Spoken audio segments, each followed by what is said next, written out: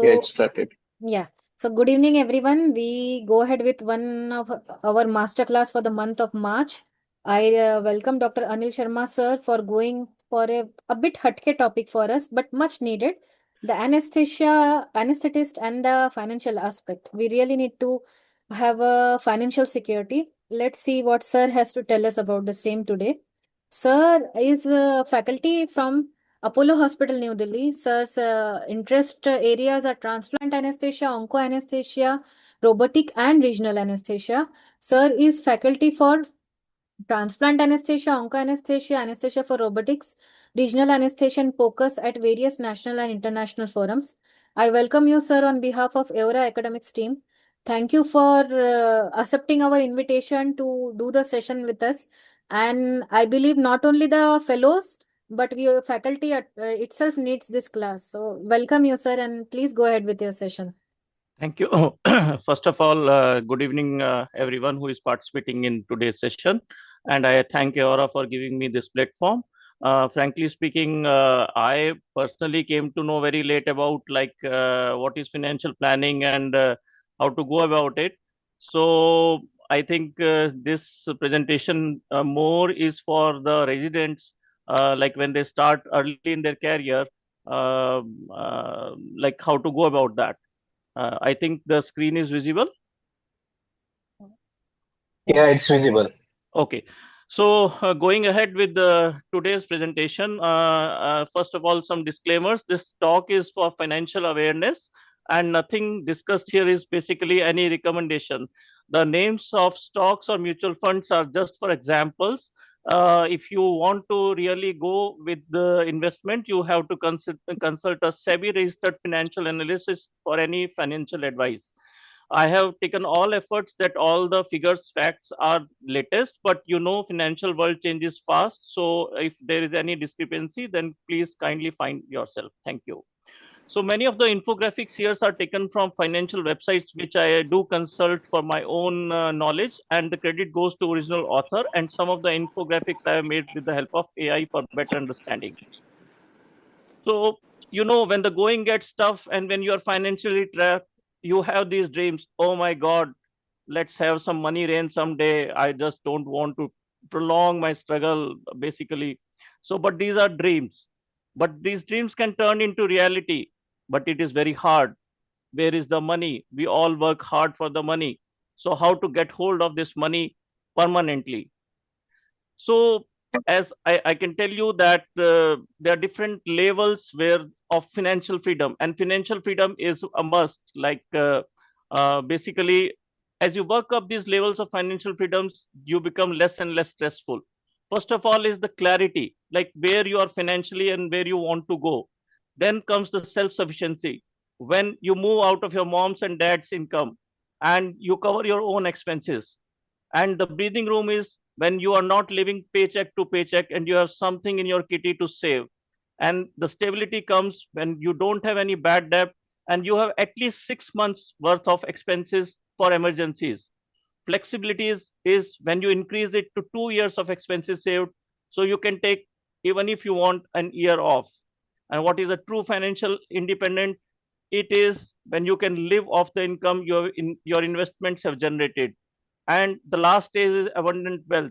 When money is not a concern, you have more than what you need. So why it's important that the doctors need to be aware of the need for financial planning? Because we start earning late, and this reduces the compounding years. We might have some education loans, and then the moment our money starts coming, we go into this trap of lifestyle in inflation. We go from Android to Apple, we go from simple laptop to MacBook, and a simple bike to a fancy car. And there might be an irregular income in the early practice, and there is limited financial education that is given in our curriculum. We are very busy. So what is important is structured financial planning. Anesthesiologists are further trapped in this because though their role is critical in surgical care, but financially they are under recognized. Sometimes their fees might be linked to case volume and depends like in which setup they are attached, because I know that salaries are delayed in many hospitals. So they are very busy and they cannot give proper time for financial planning. And then there are income structure challenges. As I said, some are paid on the case based, then some is are paid like one third of the surgical fees. So they have very limited control over the pricing in many setups, and the monthly income varies from each month, and they're dependent on hospital networks. Like some are working for 2 days in one setup, 3 days in another setup, doing nights or locums. So there is a challenge in income structure. Then they are in the highest medical legal risk category as far as anesthesia practice is concerned.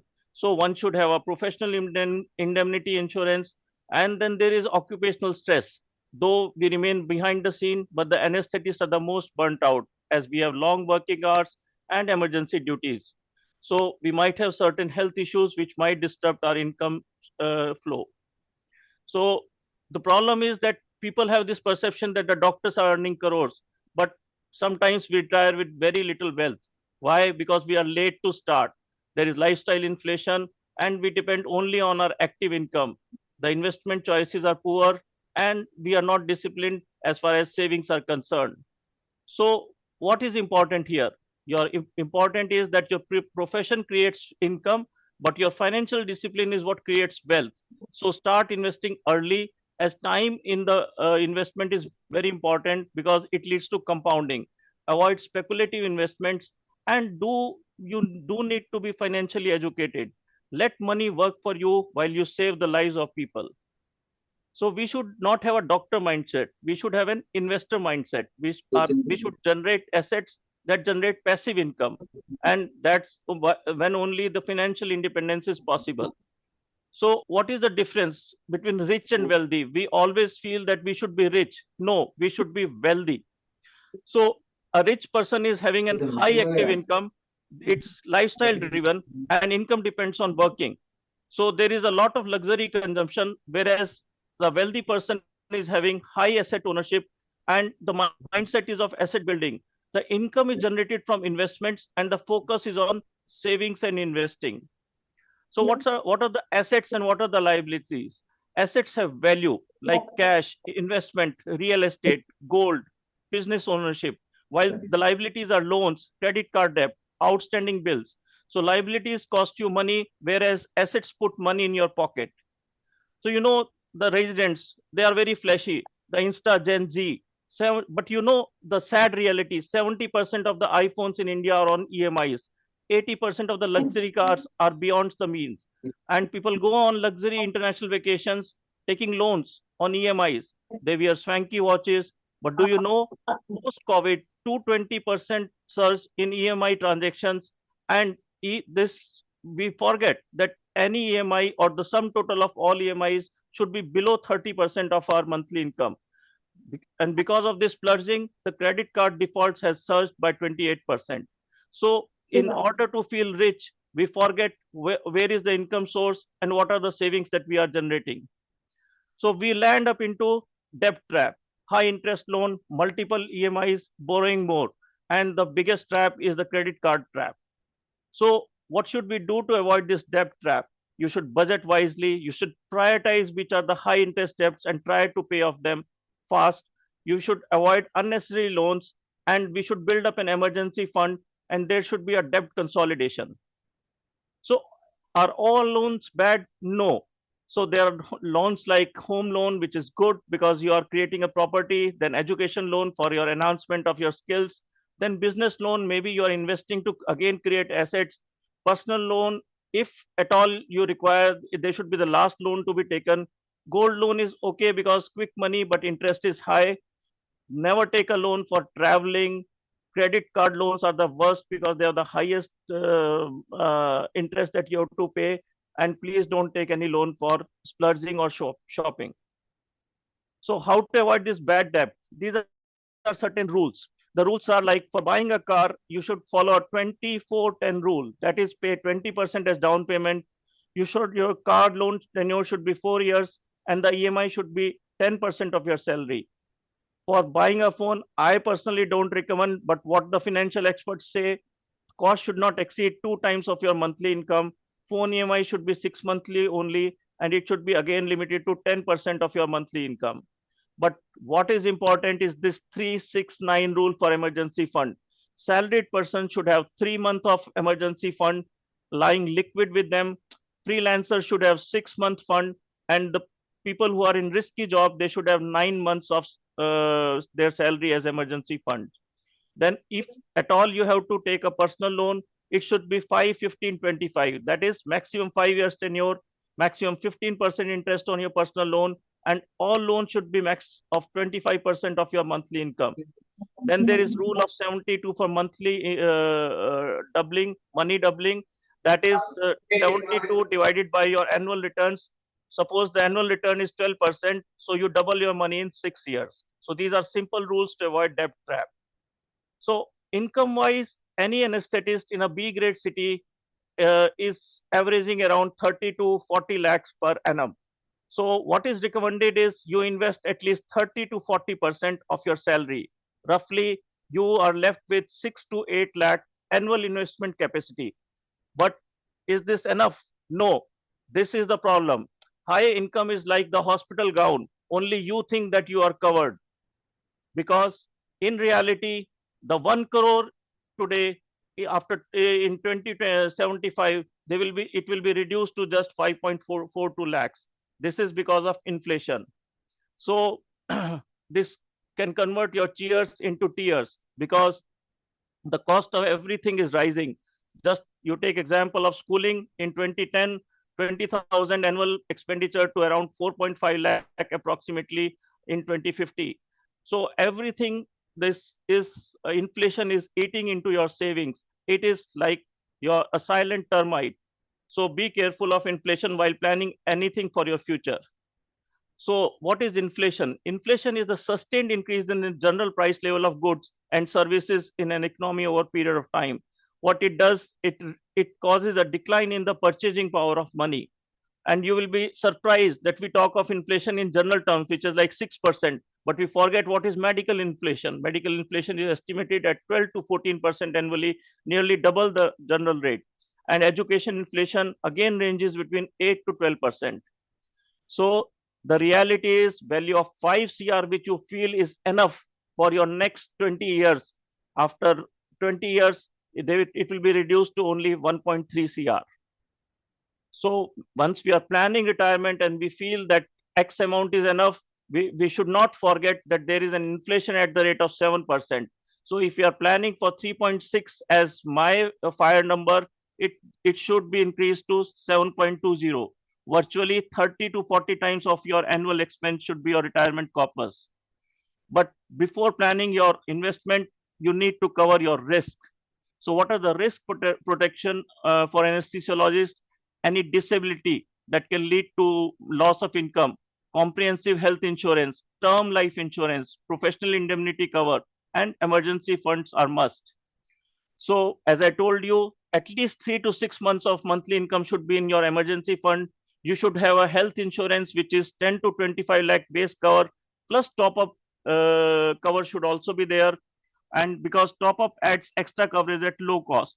And then you should definitely go for term insurance, which should be 10 to 20 times your annual income. So as I told you, what is the use of emergency fund? We are a generation that has lived in COVID, and who can explain better? The private practice, the corporate, everything was down. So it covers your unexpected emergencies. It prevents debt.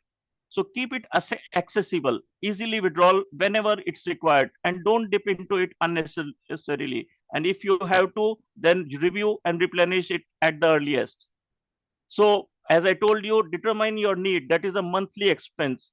And it should be 12 months for freelancers, 6 to 9 months for corporates, and 3 to 6 months for those people who are in more stable government jobs. So you can start small, you can automate your savings, keep it accessible, 10% as cash in home, 20% as FT, and 70% around in liquid mutual funds, which are redeemable in T+1 time. So how to choose your health insurance? This is very important. So choose a company which is working in the healthcare for at least 10 years, has a more than 8,000 hospitals across India. Claim settlement ratio is good. Some of the examples are HDFC Ergo, Niva Bupa, and ICICI Lombard. So certain conditions are must. There should not be any copay, no room rent cap, no disease-wise sublimit, pre and post hospitalization should be there, and there should be a restoration benefit.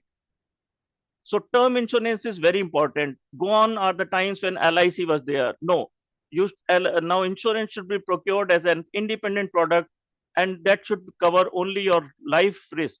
So because it provides high financial protection at very affordable premium, and the focus is that if anything happens to you, since you are the breadwinner, and if any death happens in premature years before your next generation is working or financially secure, then your family is covered. So what is the importance? So with term insurance, you can protect your family. Monthly expenses which are rising, they can be taken care of. If there is any remaining home, car EMI, that can be paid off. The family lifestyle remains the same. So if anything happens to you, your family can live with the dignity. So term insurance is not for you. It is for the people who depend on you. So what are the disadvantages vis-a-vis LIC? Like there is no maturing value, no cash premium. It's a temporary coverage end when the term expires. So many people ask me how much term insurance. So ideally it should be 10 to 20 times your annual income, and it should cover the dime. Dime is debt, income, mortgage, and education. So ideally you should take this term insurance till you are debt free or your children are financially independent. So coverage mostly up to 65 years is good enough. Start early to lock the premiums in a lower range. So what is LIC? Remember that neighborhood uncle who peddled his LIC policy for his own benefit. So LICs are the biggest farce that we were trapped into. I remember when I started my residency in 2001, my salary was 4,200. So I was very happy to take an LIC of 1 lakh rupees. For me, it was 25 times. But after maturity, what sum I got? After 20 years of that 1 lakh, I got 2 lakh 8,000 rupees. So LIC is the biggest farce. So if the same amount is put up into SIP, you can see with 12% compounded, where you end is at least double the LIC amount. So be careful while going for LIC. And then ULIPs. So never combine your life insurance with your investment. Please keep them both of them separate. The ULIPs are only for tax deduction, and there is a lock-in period of 5 years. So there is a high initial charge and there is a big market risk. So as I told you, certain loans are important. So let us discuss the home loan, the first home loan that anybody tries to take. So total monthly EMI is included should not exceed 40 to 50% of your salary, with 30 to 40% being considered ideal. So manageable is 40%, but if you are exceeding EMIs of more than 50%, then you are taking big risk. So home loan eligibility is as per your salary. If you want a 2.5 CR loan, you should have at least 5 lakh monthly salary. But it also depends on any existing loan that you are having, CIBIL score, your job type, and whether there is any co-applicant present. So if your spouse is earning, then the loan limit adds up. But the biggest burden of the home loan is paying the interest. So just imagine that if you've taken a 50 lakh home loan, if your tenure is 20 years, and if it is 8.5%, you end up paying 54 lakhs. And if just as interest, and if it is 9.5, so you end up paying 61.86. So if you at all you want to prepay, how to prepay?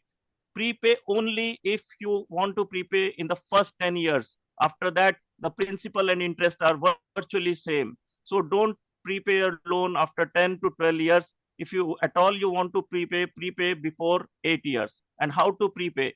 So what happens is that the moment your EMIs increase, your interest payment and tenure decreases, right?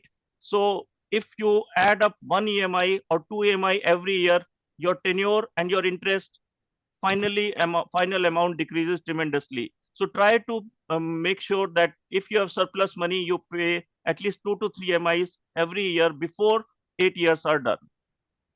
So what is the 24/10 car loan rules? 20% down payment, 4-year loan term, and the limit should be 10% of your income cap. If you cannot manage this 20% down payment, consider buying a used car. So what is the advantage? Your lower purchase price, lower insurance, slower depreciation, minimize upfront cost, less total ownership expenses. The only caveat is there are higher rate of interest on car loans for the used cars. So this is just a summary and comparison that if you want to go for a new car, you end up paying around 14 lakhs. If you are taking a used car, you can find it around 5 lakhs less, and you can use this 5 lakhs for saving. For the residents, I understand that maintaining a girlfriend is very costly, but believe me, trust me, marriage is also a big financial drain if you're not prepared for the same. Every average wedding in the cities is costing nowadays 50 lakh to 1 CR because of this destination weddings. In a data, 9% of the wedding exceed 5 CR.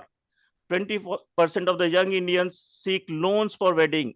So weddings are treated like a family IPO. And trust me, those people whom you meet in that 5 hours, maybe you are meeting for the first and the last time. And while taking the blessings, your height might decrease by 2 centimeters before your marriage function is over. And if the marriage was not enough, cost of having a baby. Now in a big city, in a tier one city, you won't believe it can range from 1 to 4 lakhs just for the child birth. So no wonder that you can see dog mamas and cat papas in the society nowadays. And if at all after that, what happens when the toddler goes to the college? The estimate is around 15 to 20 lakhs just for the basic needs, schooling, college. So all comes to around 50 lakh in 18 years. So how you are going to do? Just add as an SIP, and then for 18 years you do 5,000 per month SIP, and then you can convert it into SWP. So the family planning is not because of the government policy, it is because of maybe raising a kid. So start investing early. This is what I just came to know like 5 years back when I knew about financial planning. When my son was in college, I just started his SIP of 5,000. And just because I wanted to give him the advantage of compounding. So whatever disposable income you are having, you can start it in your child's name. So by the time he turns 18, he's having enough money to finance his college. So, but before that, you identify your risk profile, like how much risk you want to take and at what stage of income you are, at what stage of career you are. Either you are a conservative risk taker, you are moderate, or you are high risk taker, depending on your age. And what is the formula? Simple: 100 minus your age in years. So this is how you decide whether you want to be conservative or whether you want to go in for an investment that is more risky. Like if a person is age 30 years, 100 minus 30 means 30% in debt and 70% in equity. The reverse, at the age of 70, 80% must be in debt and 20% in equity. So as I told you, as per your risk profile, you can titrate which saving method you want to apply for your savings. So this is important. Everybody dreams of this. Financial independence, retire early. Maybe in IT sector, it's very easy to achieve, but in medical sector, it is really tough. So what is financial independence? When you have enough investment to cover your living expenses, when your daily living is not dependent on your working. So your investments are covering for that. And retire early means you leave your traditional work at least around 40, 50 years of age, and you focus on value based living. For that, you have to save aggressively, invest wisely, and the fire number, roughly as far as India is concerned, is 25 to 30 times your peak salary which you are getting. So importance of retirement planning is that in the old days you can manage your healthcare needs, you have an estate planning, peace of mind, tax efficiency, and you can protect against rising inflation. So how to achieve this? As I told you, first goal should be to pay off your high interest debt. Then you can automate your savings so that you don't forget. Invest early. Compounding is important. Prioritize your health. Set clear financial goals and keep learning about the money. So these are 9 financial rules which are important. Most important is this 50-30-20 rule, which is 50% of your salary should go in your needs like housing, food, transport, basic utilities, 30% in the wants like entertainment, travel, fashion, and 20% at any point of time in your career should be saving like debt, emergency fund, retirement, and investments. So start early, diversify your assets, think long term, and keep your costs low. Just an example, you just understand like This is Rancho starting at 25 years, the same investment, annual return of 12%. He ends up with 3.25. Whereas in Farhan, he says that, okay, I will start a bit late. I have some commitments. So if you are starting with the same amount, 10 years later, you end with just 94.8 lakh. And Raju, he was a laid back. And you just understand that what difference does it make when you start just 20 years late. So he is standing at 25 lakhs. So start early, take advantage of compounding. Even if you have 2,000 rupees to spare, you just go for your investment or SIP. So what are the investment tools? We are talking about investment. There are a lot of investment tools depending on your risk appetite you can choose. I will be discussing each advantages, disadvantages, comparisons, and the taxation structures on each one. So choose as per your risk profile stocks. The pros are high long-term returns, liquidity, volatility. The cons are volatility and emotional discipline. The risk is high. Bonds, if you are at the later stage, you want to invest, then invest in bonds as the risk is low. Mutual fund, everything seems good. They are medium risk, medium returns. Same is for ETF.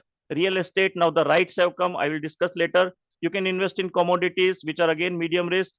But going into crude oil or trading silver or gold, which is in fashion nowadays, the risk is very high.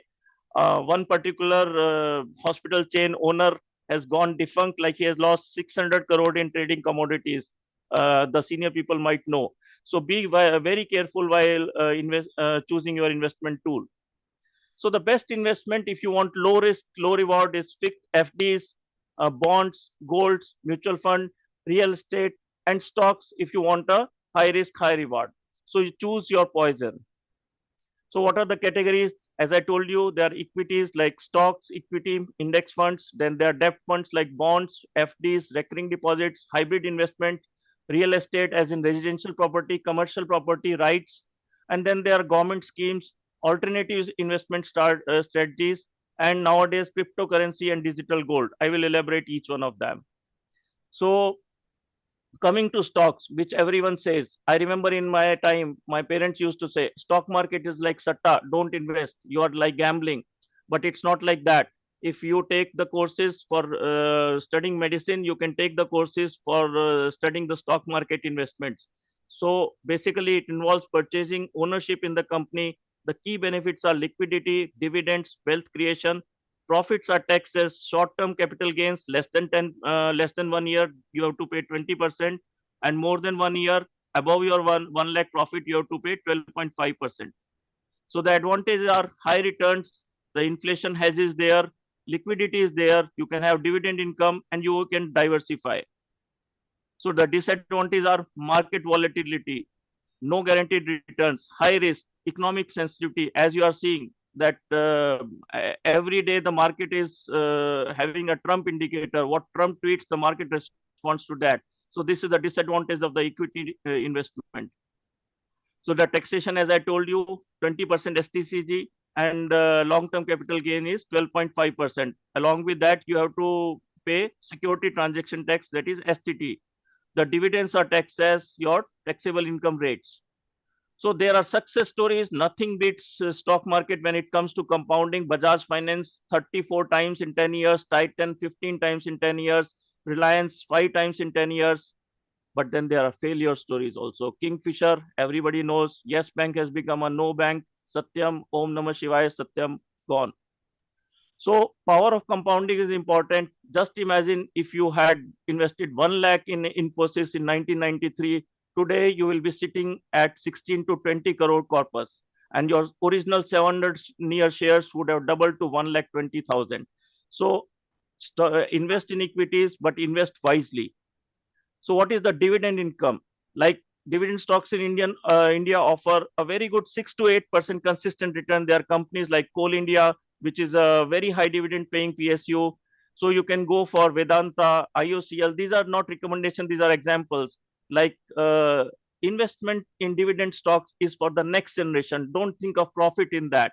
Just buy in huge quantities whenever it's possible and leave it for your next generation. Believe me, they will always, always praise you. Futures and options. So sometimes futures and options are very risky. This is a derivative market. 90% 90% of the FNO traders lose money and may have been totally wiped out completely from the market. So if you choose your option of investment as futures, it may be that you don't have any future. So be careful while choosing FNO as one of the options. Now this mutual fund sahi hai. Yes, for many who don't have the knowledge or who just want a cool, chill returns of around 10 to 12%, go for mutual funds as they are managed by professionals, asset management companies. They allow individuals to gain market exposure. Just giving you an example, suppose 1,000 rupees you are investing in Reliance. Now your capital is exposed to how Reliance company behaves. Whereas if your 1,000 rupees are put in mutual funds, then it is invested across 5 companies. So you have a bit of security while taking the same risk as in equity market. So how they work, they depend on underlying assets. The investors contribute money and the fund manager takes the decision like where he has to invest. And NAV represents value per unit. So this is how this is calculated, and these units are allotted to you based on your investment or SIP. So this diversification reduces the risk. There is ease of investment. There is very much transparency as they are regulated by SEBI, and there are variety of investment options. So before going for any option, define your goal, like which mutual fund, why you want to go for it. If it's short term, you can go for debt funds. It's long term, you can go for equity funds. You need to understand the risk as they are subject to market risk also. So they are open-ended or closed-ended. Some are growth funds and dividend funds. Others are tax-saving funds, depending on the theme of the fund. But what is important is, as I will elaborate, what are open-ended and closed-ended. Open-ended, like you can invest at any point of time in the year. Closed-ended are when they are launched as NFO, then only you can invest. Then there are direct versus regular. Now, this is where the problem happens. Direct is when you do it yourself, invest in your mutual fund. Regular is when you do it through the agent. It's not simple. I will show you a statistics where you will be shocked, like what is the difference in the return between the direct and the regular. So when you are doing your regular, you just understand that you are investing yourself. And when you are investing yourself, it is coming to the same corpus is 5.17, right? 6.46, sorry. And when you are investing through the agent, your returns are 5.17. So roughly when you are encashing your mutual fund or redeeming them in your regular plan through your agent, you are giving him 1.29 CR. So approximately 20% goes into the pocket of the agent who is guiding you if you are taking regular plan. So what you have to choose? So another category is growth versus IDCW. Growth means those mutual funds where your profits are reinvested and there is maximized compounding. Whereas IDCW is if you want regular returns. So as I told you, what you have to see before you go for any mutual fund investment is you are investing in direct. Direct means you are doing yourself. Growth means you want your profit to be reinvested for compounding. So whenever you are choosing, make sure that you are choosing direct growth fund. So as I told you, key difference is growth focuses on capital compounding, whereas dividend focuses on regular income. So there are equity mutual funds wherein if you don't want to invest directly into stock market, you invest into the mutual funds which are indirectly investing into equity mutual funds depending on your risk appetite. Then there are liquid mutual funds where they provide high liquidity. If you want your money back, it is very quick and you can get it in T+1 days. So this is where in your emergency funds you can lock 70% of your funds can be in liquid funds which give better returns. So as I told you, it's for you to choose equity, debt, or hybrid. Hybrid is a bit more balanced as it combines an aggressiveness with safety. So some amount at any point of time should be in hybrid funds. So index funds, they go with the index. They are low cost, passively managed, and ideal for long term, but they cannot outperform the market. If the index fall, the funds will fall. So ETF, you will be knowing about this term, or you might have heard. Let's invest in ETF. So what are ETF? ETF are basically exchange traded funds. They are marketable securities. They are trading on exchanges just like stocks. Many of you might have heard Nifty Bs le lete hain, gold Bs, or you can invest in bank Bs. So basically, they are based on the one category. Like bank Bs are based on banks, gold Bs are based on gold. So they are traded like regular stocks on day-to-day basis. So now comes the SIP. This is very important. When you don't know anything, you just plan an SIP and you can start. This is a disciplined long-term investment. You invest a fixed small amount. You can start from as low as 100 to 500. But important thing is you need to automate it. So this is how your wealth is built through the power of compounding. Because if you add on from here, if you bring a corpus of around 5 CR after doing your small SIPs, then you can start a systemic withdrawal plan in your retirement years. This serves as a reverse SIP, and your units are redeemed. This provides a disciplined cash flow in your retirement years. This is ideal for retirees. So this is the different. The SIP is for wealth creation. SWP, systemic withdrawal plan, is for regular income. There is cash inflow, and it is mostly your SIP. If you keep on accumulating, when you decide to retire, you can convert it into SWP. Every fund house gives you that option. So what is this 7531 rule? This is very important.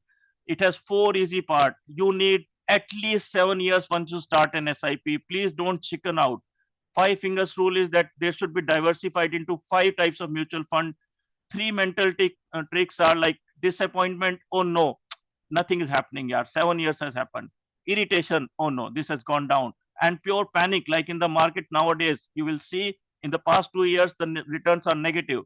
And what is one step up every year? If you can step up your investment by at least 7%, which is to beat the inflation. So you see in this example, what is happening? The first 7 years, the gain is virtually similar to what you have invested. So the next 7 years, the gain is okay, your investment plus compounding. But it is in the next 7 years that the real compounding kicks in, where total amount is around 1 lakh, 1.26 CR. You invested just 26 lakhs and your gains are around 1 CR. So if you want to start your SIP, make sure that you continue till at least 20 years so that you get the real benefit of compounding. So as I told you, what is step up SIP? So if you step up your SIP annually by 10%, you just end up by around 30 to 40% more corpus whenever you have increment. Please go for your step up SIPs. So as I told you, starting early means compounding. Now I give you an example which is quite shocking. Ram starts an SIP at 25 years of age. Monthly SIP is 10,000 and he stops that SIP at 35. Now Sham starts the SIP at 33, same 10,000, and he stops at 60. So he has been investing for the next 27 years. But you just say the 12 lakhs invested by Ram, even after stopping, has become 3.8 CR. Whereas by Sham, he invested 32.4 lakhs and his corpus is 2.16. So early investing is important. Compounding is the goal. So now what is important? Whether you should invest in SIP or lump sum. So continue your SIPs whenever you have a news-based fall, like in the present circumstances because the war or because of the elections or whatever it is. And when you see that the market is around 10 to 15% down and you have extra money or your FD is maturing, you can go for lump sum investment. So lump sum invested 24 lakh for 20 years, the value right now will be 3.92 CR, whereas a 10,000 SIP till 20 years will give you around 1.51 CR. So ideally, it should be a mix of continuous SIP versus lump sum whenever you have surplus amount. So markets have crashed. Do I stop my SIP? Like this is the situation right now. So never stop your SIP, because what you are doing is whenever the markets have fallen, you're doing a rupee cost averaging. Suppose you were getting 100 units for 1,000 rupees. Now you will be getting 150 rupees for the same 1,000 rupees invested. So never stop your SIPs, because Nifty historically has bounced back after every fall within 2 to 3 months back to 10 to 15%. Even in COVID, it did the same. So how much SIP is required corpus wise? So if you want to go for a corpus after 30 years, you can start early, then you require 10,000. If you start late, even your 1 lakh will come around to 7 to 8 lakh. But if you are regularly investing 1 lakh for 30 years, you will end up with a good corpus of 35 to 36 lakhs. This is assuming 12% return rate. So top up, as I told you, it's a must. Whenever you get some stipend, some extra bonus, go for top ups. SIP versus FD. FD cannot beat SIP at any point of time. FD is an utter waste. It's a negative return and it's not even inflation adjusted. So just keep some amount in FD, which is a liquid amount. Otherwise, go for SIP, go for liquid funds. LIC, oh no. Again, as I told you, SIP any day is better than LIC. It will give you more protection for insurance. Buy your term insurance instead of LIC. SIP to SWP, this is what I was telling.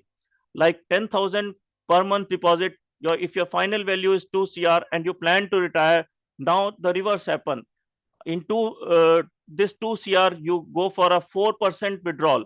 And if you're going for a 4% withdrawal, even if you withdraw total 6 crore, still remaining value will be 2.48 CR. So 4% withdrawal of SWP is the rule. As I told you, traditional FD versus any other instrument, traditional FD is a negative return because post taxation, your 7% interest rate just becomes 4.97%. So go for equity, go for liquid funds. FD only should be a part saving for your emergency fund. So just imagine your 1 CR earns an interest of 1.0 becomes 1.06, but after adjusting for inflation, it ends up for as 1.01. So FD at 6% annual interest rate, you just imagine your inflation rate is also 6%. So it's a negative return investment. So one of the good from the government side is the government securities like the PPF. These are government backed and these have EEE status like exempt, exempt, exempt. What is the meaning? Your investment, accumulation, and withdrawal is all exempt from any taxation. So this is called the triple E model. So as of March 2026, the interest rate is 7.1% per annum. The advantage is, as I told you, tax benefit. Final corpus is 100% exempt, backed by government. Annual compounding helps you to build a substantial corpus, and you are permitted to partially withdraw it from the 7th year. The disadvantage is the mandatory capping of 15 years and the deposit limit of 1.5 lakh per financial years. Lower returns than equity, no doubt about it, and there is a fixed cap on benefits. So PPF versus ELSS, you go for PPF because it is exempt, exempt, exempt, whereas in the ELSS, you have to give 10% as long-term capital gains. A very good scheme from the government, if you have a girl child, is Sukanya Samriddhi Yojana, where the account limit is only one account per girl child. You can start as low as 250 rupees, but maximum cap is 1.5 lakh. This again falls into triple E scheme, and the account matures when the girl is 20 years from the date of opening or upon the girl's marriage after 18 years. So if you are investing 1,50,000 per year, it turns around to 70 lakhs. So this is a very nice investment scheme for girl child from the government side. So I explained the triple E benefits. Then again, the better advantage in the government sector is sovereign guarantee, that it is backed by Government of India, and partial withdrawal is allowed once the girl turns 18. So NPS is tier 1 and tier 2. A mandatory retirement focused account is tier 1 and a voluntary flexible saving account is tier 2. It was modified in 2025 to have flexibility, and this is now very useful even for the non-government subscribers. So tier 1 is primary account for building retirement corpus, and it has significant tax benefits. There is disciplined saving, there is tax-free returns, and the employer contribution is 14%. The tier 2 is for those who already have an active tier 1 account, high liquidity, low cost of managing the funds, and there is investment for freedom wherein you can use that 100% equity allocation option. The only disadvantage of NPS2 is there is no tax benefit. Then for the senior citizens or otherwise you have national savings certificate, like they are very in true sense low risk investment options, low returns. Safe options is again a senior citizen saving scheme, And this is where a new category has come. This is called specialized investment funds. So the minimum amount that you have to invest is 10 lakhs. This is different from PMS, which is portfolio management service, where the minimum amount was 50 lakhs. So there is an intermediate product. And herein, what is the difference between mutual fund and SIF is that so you can hedge your funds when the market is going down. You can go for derivative trading also, and you can short the market, which was not the option with the mutual fund. So in a falling market, whereas the mutual fund was giving you a negative return, SIF provides you a balanced tool wherein you can safeguard your returns even in the falling market. So the difference between the SIF, PMS, and AIF. AIF is alternate investment fund. So 10 lakhs, 50 lakhs, and 1 CR. So the advantage in the SIF and AIF is that they are pooled units, just like the mutual funds. So taxation is only when you are withdrawing it. In PMS, whenever the securities are bought or sold by your fund manager, you are going to pay the taxes. So this is another real estate. Real estate has attracted Indian investment or Indian psychologies over a period of times. But this is something new in real estate. What is right? Right is real estate investment trust. So this is like a company that owns and operates financial income producing real estate models across various sectors. So it's similar to mutual funds. It is traded on the exchange, and you can start from a very small amount of 1,000 to 10,000 with so it is something like you can invest in a property without buying property directly by taking the shares in the right. So what is the advantage? 90% of any returns that the right companies are making the profit has to be returned to you as dividends. So what is the difference between the physical real estate? So see, you have to pay a high down payment, then you have to take a loan, ceiling, like it takes months to be financially viable from your own property. Whereas if you invest the same amount in right, you can have high, good, regular income just like your dividend. The only thing is that it's taxed as per your taxable income slab. So small capital outlay you can start, less to no effort because it takes a great deal of effort even if you have to manage your rental property. So high diversification, dividend received is non-taxable here, whereas the income received is taxable in the physical property. Gold has always attracted. Sona rakh lo, बढ़ता ही जाएगा. That's what is happening. The gold has increased tremendously. So it acts as an inflation has it has a cultural value in Indian setup. There is huge diversification and it does protect you in the crisis situation. Historical prices, just imagine it was 79 rupees per 10 gram in 1955. Even in 2010, it was 18,500. In 2026, it is peaking at 1,56,000 per 10 grams. So what are the modern ways to invest in gold? Physical gold, gold ETF, sovereign gold bonds. So sovereign gold bonds have been issued by the government. They are 8-year tenure, 2.5% annual interest, a very win-win situation, especially in the raised prices scenario. The gold ETF, you can have gold bees which are traded like stocks. Physical gold has its own drawbacks. I will tell you. See what happens when you have a physical gold. So you have to pay a 3% GST. You have to pay 10 to 15% making charge. Then you have to pay a locker storage fees. So actual realizable value from a physical gold or gold ornament is very less. So go for gold ETF or multi-asset funds which invest in gold ETF as investment instruments. So now there are digital gold also, like companies like Tanishq, Malabar, they are having some online scheme where you can invest 10,000 per month. And in lieu of that, you will be getting some physical gold if you want to encash that.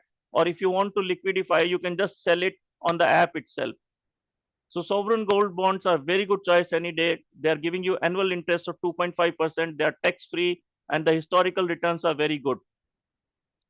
Now you should know before keeping gold in your home the legal laws, if at all you are having an income tax rate, you have to justify. So married women can keep 500 grams without any bills. Unmarried women can keep 250 grams. A male member can keep 100 grams. So together 100 grams for husband, buy 500 grams. Unmarried daughters 250 grams, son 100 grams. So virtually 950 grams of gold in Indian setup you can keep at your home without giving any explanation to anyone. Cryptocurrency trading. So it has been a multi-bagger and a multi-bagger.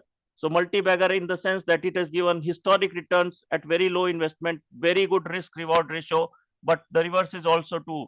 Very good, very big reward risk ratios also. So it has made many multi-baggers on the street. So whenever you are trading cryptocurrency, trade only 1.5% to 2% of your portfolio in crypto. As I told you, it's a very speculative, emerging regulatory landscape, but it sometimes outperforms traditional assets like equities. But once you lose big. So try to save your tax whenever it's possible. But in the new regime, most of these tax saving instruments are gone, and doctors mostly fall into the new tax regime. So it is very difficult to save tax nowadays. I sincerely wish that I give government 100 CR tax so that my income is 300 CR. So don't try to reduce your tax. You try to increase your income. So some specific saving options are like flat standard deduction, NPS contribution, home loan interest, retirement benefits. So, but you have a 1 lakh tax window. So tax-free window, if you want to book your gains or you want to adjust against the loss harvesting scheme at the end of financial year on 31st March, you can see whether you want to book your profits, you want to adjust your losses. So this exemption resets every April. So try to take advantage of that. So then there are certain assets that are 100% tax free in India. One is agriculture income, PPF maturity, Sukanya Samriddhi, EPF, scholarship, gratuity, NPS withdrawal.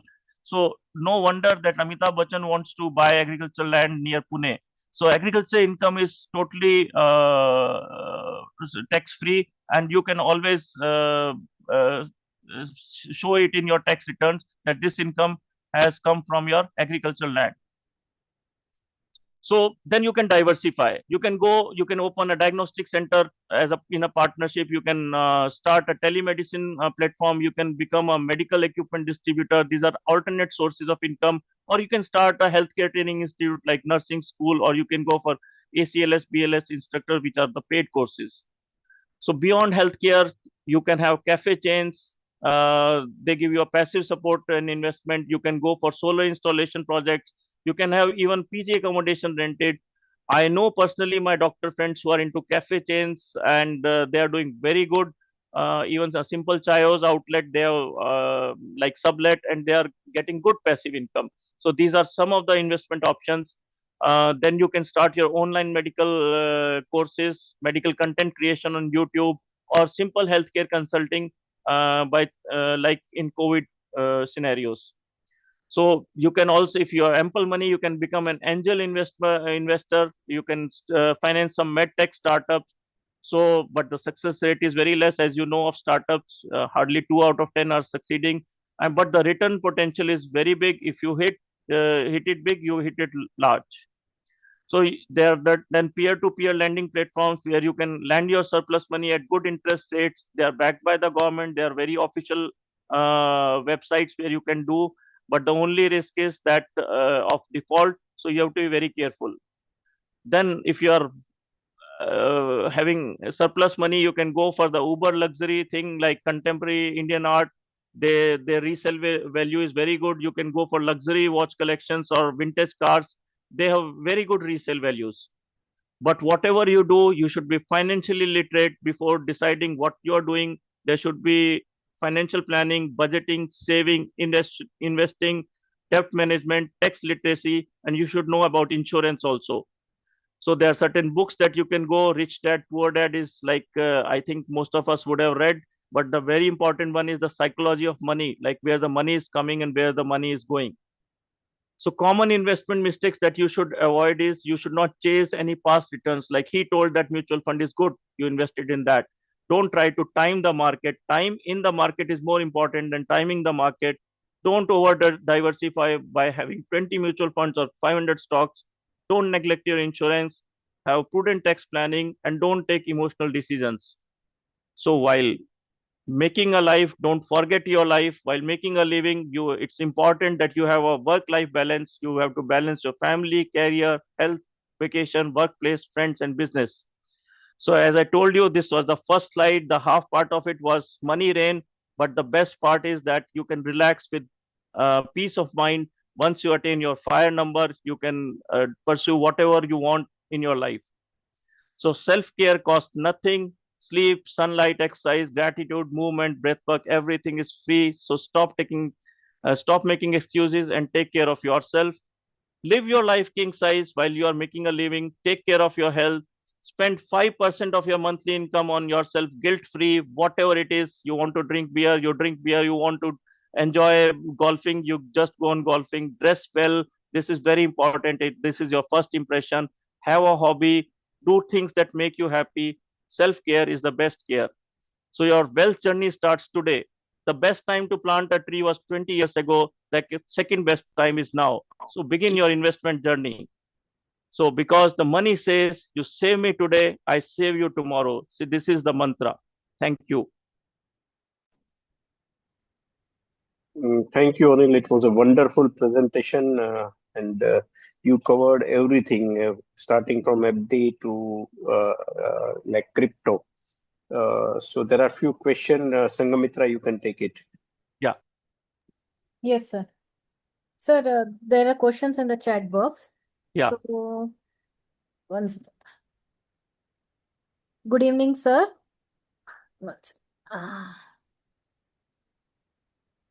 Which stock would you suggest to invest for long term in this DIP?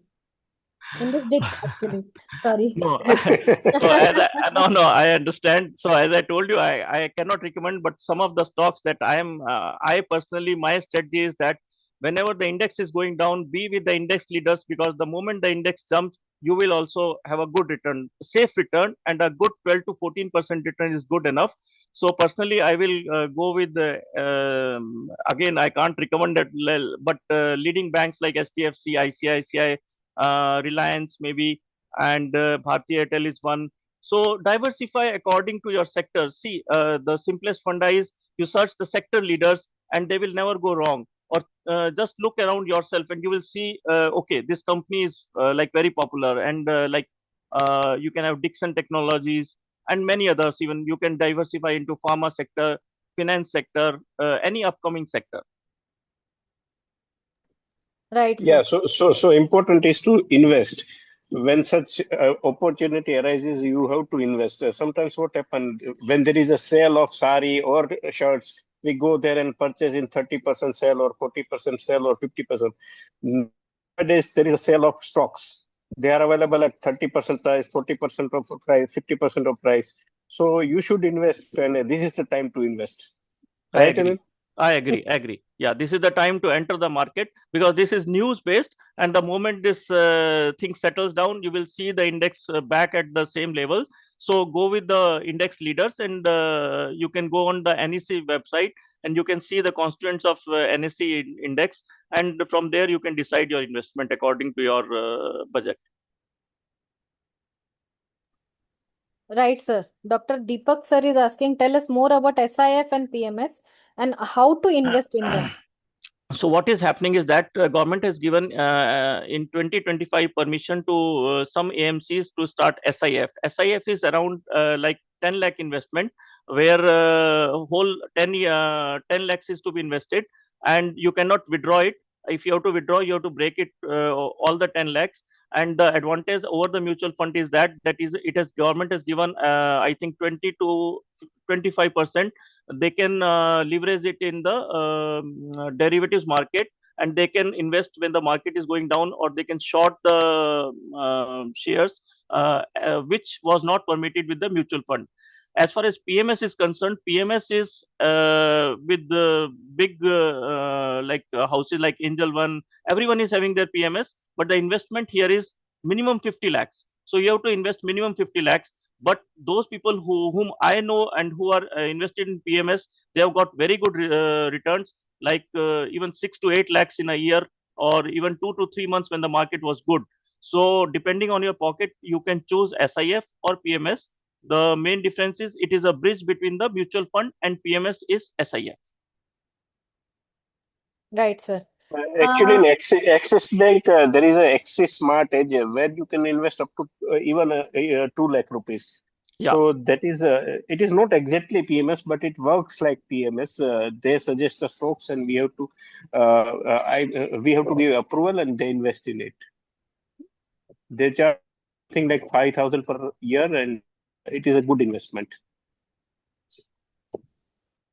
Right, sir. So Dr. Rajaram Prabhu sir is asking a age-old question, that is choosing corporate job better than salaried job? So depends. You have to choose your poison, because ultimately you're working. So whatever gives you the best satisfaction. Personally, why I chose corporate is that because I felt that anesthesia practice should be done in a safe environment, and that is the reason that I chose corporate job.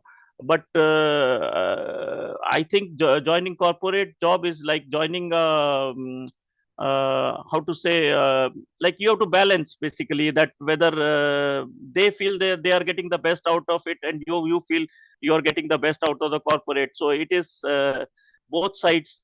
Choosing the salaried job is like for a fixed salary. Those friends, like mine is a fee for service job in a corporate sector. We are in a group practice. So I can tell you here, your talent and skills are recognized, and you get the value for the efforts that you put. Whereas some of my friends who are in corporate jobs, they feel that for a fixed salary, if you would have seen that, I will like to give an example of the sugarcane juice. So if you, for a fixed salary, you know, the 12th fold of the sugarcane goes into that machine, and then they put one extra fold so that the last drop is extracted. So salaried jobs sometimes can be risky, because you are at the mercy of the employer. So I feel that you need to balance, like what is your requirement. If you want a fixed job, free time, then you go for a salaried job, maybe in a government or in a trust hospital or something like that. In corporates, it's a high risk, high reward job.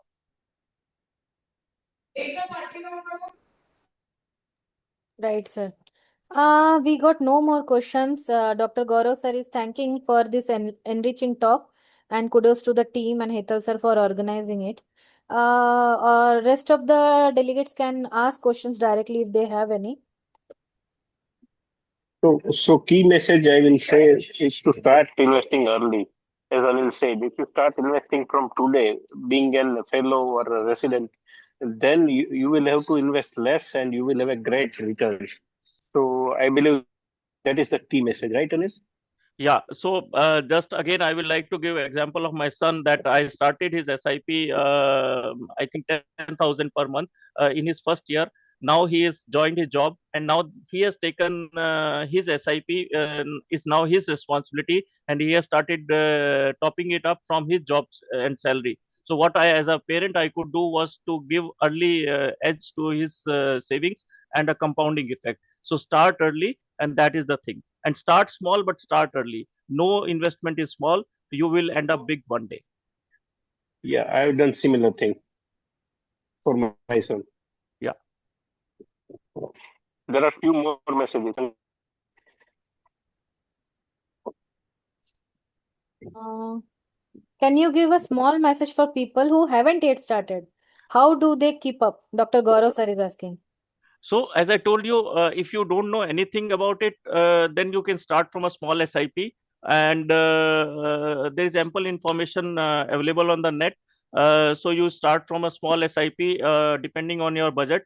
Then you can diversify it into, as I told you, after having your emergency fund and all that, term insurance, health insurance. If you want to invest, you can start small. As a, if you don't have any knowledge of market and all that, you can start with SIP. Then slowly, once you start investing, you will get information from many sources about what are the other options available. And as and when your income grows or your savings grow, you can start investing in the other options also.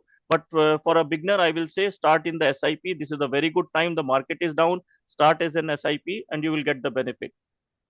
Yeah, so if I answer this question, if Gaurav, if I believe that Gaurav is asking for himself, then he has to decide how much he will require at the age of 60 or at the age of retirement. So according to that, you have to calculate the SIP on the calculator, and you have to start the SIP, right, Anil? Agree. Agree. Yeah. So I believe Gaurav is 40 plus, so he has to decide how much he will require at the age of retirement, like at the age of 60.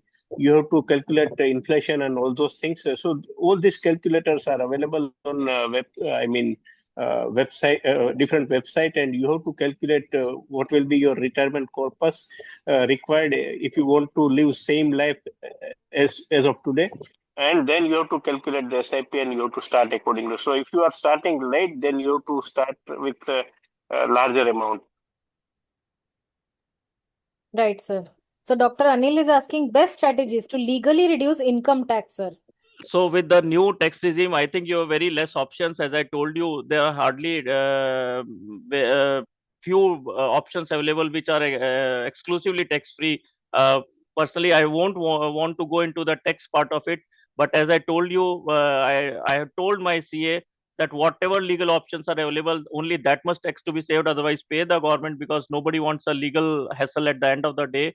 So you can go for some agricultural land to show your income as being generated from there, or you can you can withdraw your money and buy gold also and keep it at home. So there are different ways to, like, you can show, if you are like having a professional fee structure, you can show some of your like near or dear as your members of whom you are working, who are working for you, basically like assistants. So you can just give some money to them and show as salaries to get deductions. You can consult your CA for that. I think he will be the right person to guide as per your salary structure and whether you're having a professional fee payment or a fixed salary. But I just have as I told you, the best thing is that more salary, more tax is much better option than less salary and trying to save tax. In the present scenario, it is virtually impossible. right, sir. I just have a question, sir.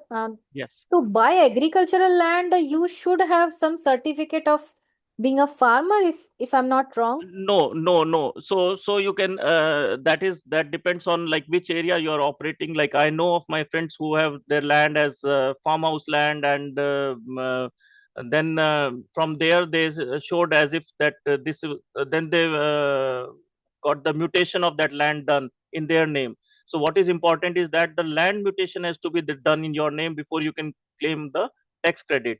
So that is done by the village head and all that. So you know how the system works. I can't say it openly, Right, but sir. That's, you can get the yeah. mutation in your name, then only you can claim. Yes. Right, sir. Right, sir. Dr. Anil is asking, thank you, sir. How should a person with irregular income but high earning potential structure for wealth creation?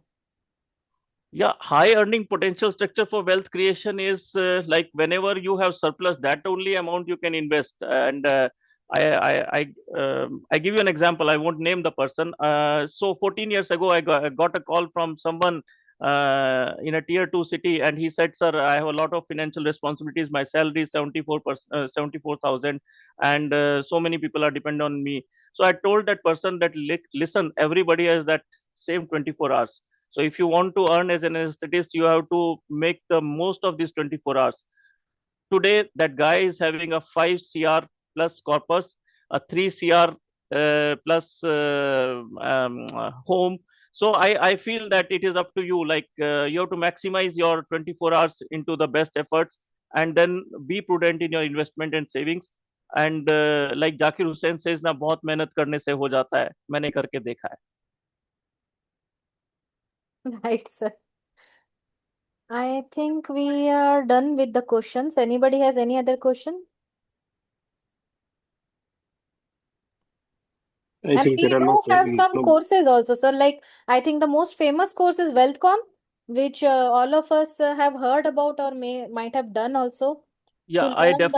I definitely advise people to do any course which they are interested in, because see, we became MBBS after paying some fees, we became MD after paying some fees. So if we want to become a better investor or better asset creator for a fees, it is nothing as compared to the losses which we will incur while learning on ourselves. So it's better to go for some paid courses to get a better understanding of what are the finance options available.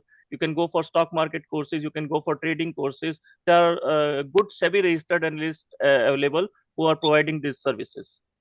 Right, sir. And Right. there are some group of I mean WhatsApp group of anesthesiologists across India also. So Yeah. you can join there also. Right, sir.